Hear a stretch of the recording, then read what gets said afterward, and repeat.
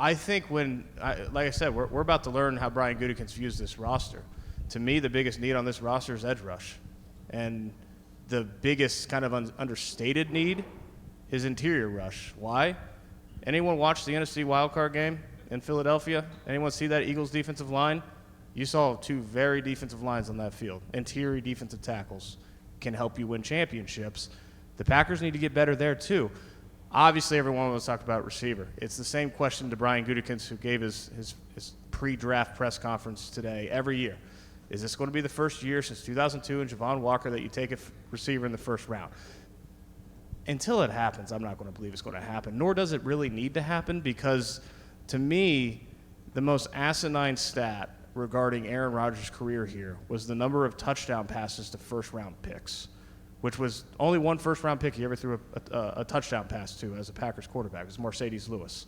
But he also threw touchdown passes to Jordy Nelson. He threw touchdown passes to Greg Jennings, Randall Cobb, Devontae Adams. What do all those guys have in common? They were second-round receivers. Now, is anyone going to say, oh, they weren't that good, they weren't really drafted in the first round? No. They were number one receivers drafted in the second round. The second round has a ton of those guys. Most years. This could be a year that they go number one with a receiver. But to me, edge rush, pass rush in general, I got that sneaking suspicion Brian Gutekunst is expecting a new defensive line coach and a lot of internal improvement to maybe mitigate how important that pass rush is. But I just watched the Philadelphia Eagles win a championship because of their pass rush. Pass rush that doesn't just win games, you win titles with that. Well, no, it's true. Like if it was a 1A, 1B as far as needs, 1A I do think would be pass rush, 1B would be receiver, and the Eagles really did sum up just the need for that because, you know, a lot of people like to talk about corners and the secondary needs to do this and needs to do that, and I've even made the point, it doesn't matter how talented your corners are. If they're trying to cover another NFL receiver 6, 7, 8 seconds, you're just going to have problems because that's another really talented guy on the other side of the ball. So if you can't get pressure, make it difficult for the quarterback. I mean, you saw throughout this season what happened when they couldn't get that pressure. So, and the one positive, I guess, if you're looking at this draft from the college prospects, it's a very loaded class with defensive linemen.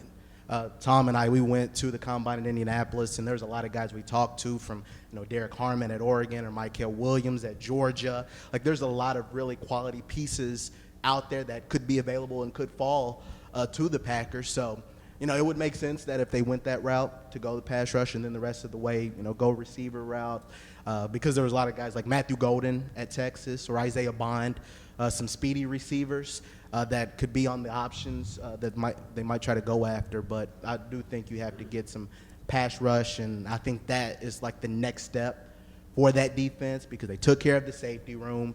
You know, they're taking care of contracts with the linebackers and bringing in Nate Hobbs and guys like that for the secondary as well. But I think that pass rush is the next step for them if they want to continually be a really good defense. To your point, Dominique, about covering to infinity, go back to that NFC wildcard game. The early start of the game, that first touchdown pass that Jalen Hurts threw, where he held the ball for 10 seconds, that can't happen in the playoffs. You can't have that. I don't care if it's Charles Woodson on down. Nobody's covering that long. Eventually, you're asking for problems. They got to fix that. So everybody here probably knows their great needs are edge, defensive tackle, cornerback, and receiver. If I'm the Packers, I'm taking the best guy at any of those positions. I'm taking the guy who has the best chance, that I think has the best chance to be a special player amongst those positions. What do I think they'll do? You know, I was talking with a guy who's a former GM who's, you know, now scouting for somebody, but he sat in the captain's chair, and he said, you know, when he was picking in the first round, he didn't want to swing and miss. He just said that just kills you when you draft a first rounder, and he's just not very good. So he wanted to make sure he was at least going to get a single or a double. So his approach would be a little different than that. I'd be more willing to take a chance, I think, to go for upside. I don't know what Gutekunst will do. He likes premium positions, you know, corner, pass rusher, tackle, quarterback, and he likes players who are big for their position. So Push comes to shove, my guess is he's going to take a defensive lineman, maybe a defensive tackle. But that's a wild guess because if you do what we do for a living, you talk to enough scouts year after year, talking about draft prospects, you find out they're different scouts, even on the same team, view players completely differently. Different teams' draft boards are completely different. Last year, Gutekunst said that they could get, if they had picks, they have like 4 or 5 picks in the top 100. He said that means they were going to get 4 or 5 guys who are on the top 50 of their board. The reason you can do that is everybody's boards are so different that you have guys in your top 50 that aren't on the other team's top 50. So it's so disparate. Nobody knows how these guys are going to turn out. So it all depends on Brian Gutekunst's evaluations of all these particular players. But if I have to guess, I'm guessing they go D-line. Maybe D-tackle will be where it fits best, but it's a pretty wild guess. And, we all make our picks this week, and, those will show up in the paper on Thursday or on the website on Thursday. Rich and Tom, what do you guys think? Well, I think they should draft the player that's going to have the greatest impact for the longest amount of time. That's the goal. Perfect, right there. I guess it's your turn, Tom. Well, the first question was, what would I like them to do? And I would like them to do a Mike Ditka and trade all of their picks for the number 1 pick in the draft, and then take Shedeur Sanders so that we'd have a quarterback controversy to write about. So that's what I would want, and then I wouldn't have to cover any more picks the rest of the night. The way it's kind of funny the way the draft has been the last 3 or 4 years. So it's sort of matched up with the Packers' needs. Like the strength of the draft has matched up with the Packers' needs. So what was it, 4 years ago, it was wide receiver, and they got Christian Watson and Romeo Doubs out of there.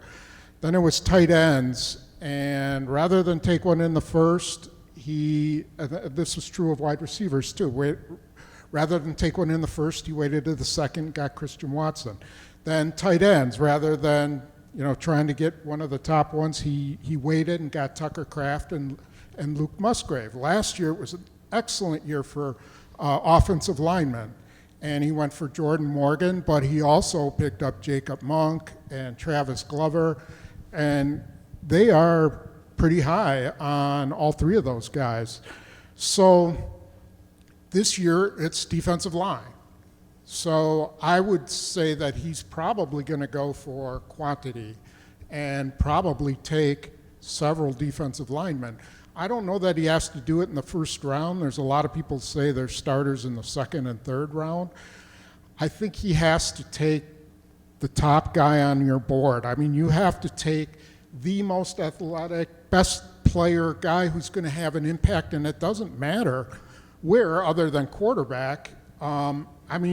If Ashton Jeanty fell to them, the running back from Boise State, I'd take him. You just need good, really, really good players. And I think that's what he'll be doing, is looking for that best player as opposed to the position, and hope it falls into that position category.